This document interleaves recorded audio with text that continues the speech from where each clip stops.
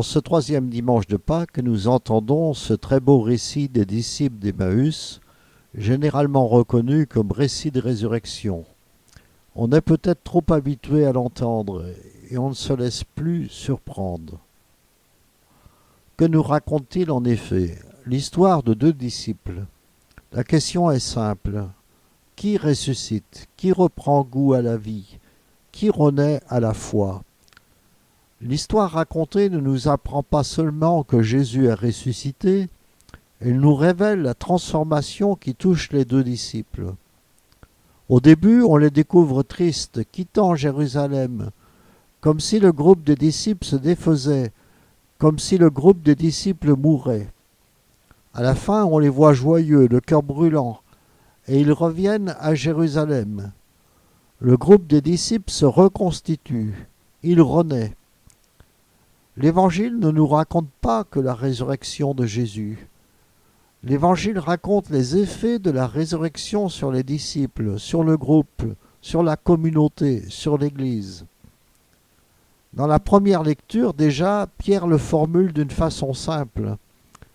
Il a reçu du Père l'Esprit Saint qui était promis, et il l'a répandu sur nous. Je l'ai déjà dit le jour de Pâques. La foi en la résurrection pour les premiers chrétiens, mais aussi pour nous, n'est pas de l'ordre de l'opinion ni de la conviction, mais de l'ordre de l'expérience. Nous expérimentons que la vie du ressuscité nous rejoint, nous fait renaître, comme les disciples qui sont passés de la démission à la mission. Ce que je dis là apparaît clairement le jour de la Pentecôte.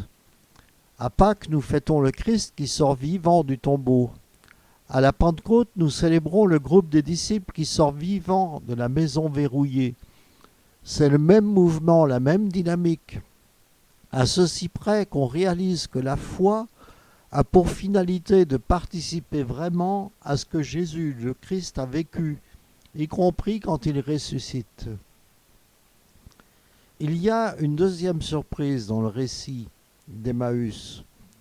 Quand Jésus ressuscité rejoint les disciples sur la route et dialogue avec eux, l'Évangile nous dit qu'en partant de Moïse et de tous les prophètes, il leur interpréta dans toute l'Écriture ce qui le concernait. Voilà donc Jésus qui agit comme catéchiste et qui ouvre l'intelligence des disciples. Et c'est là qu'est la surprise. L'Évangile nous dit que Jésus a interprété, mais l'Évangile ne nous donne pas l'interprétation. On sait que Jésus a interprété, mais on ne connaît pas le contenu de l'interprétation.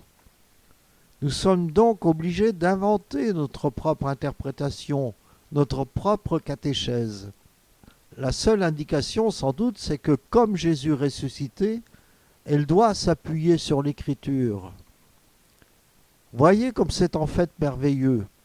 Si on avait le contenu de l'interprétation de Jésus ressuscité, il suffirait de répéter les mots de Jésus. On ne serait que des répétiteurs.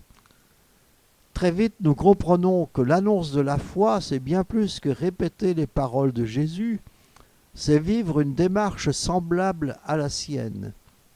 Essayons de la préciser.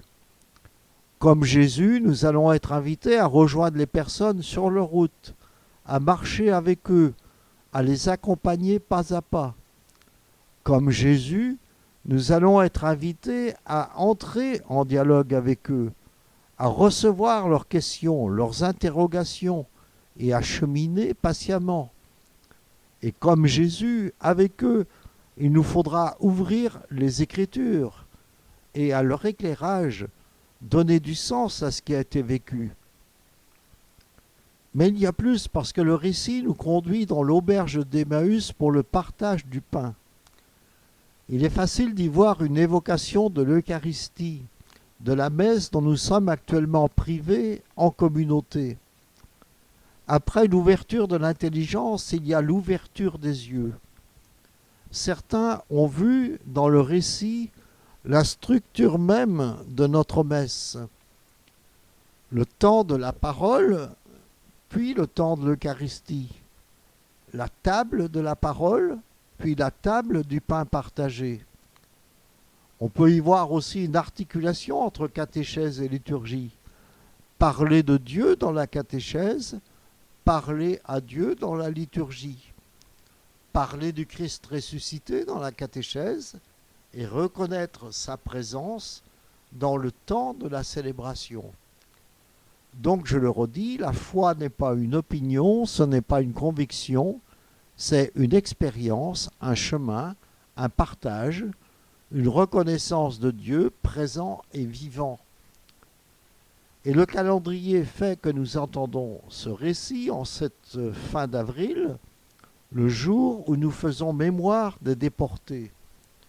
Et nous pouvons penser évidemment à tous ceux qui sont pris dans des conflits, qui sont encore aujourd'hui pris dans des tensions qui secouent le monde, qui déracinent des personnes et les maltraitent.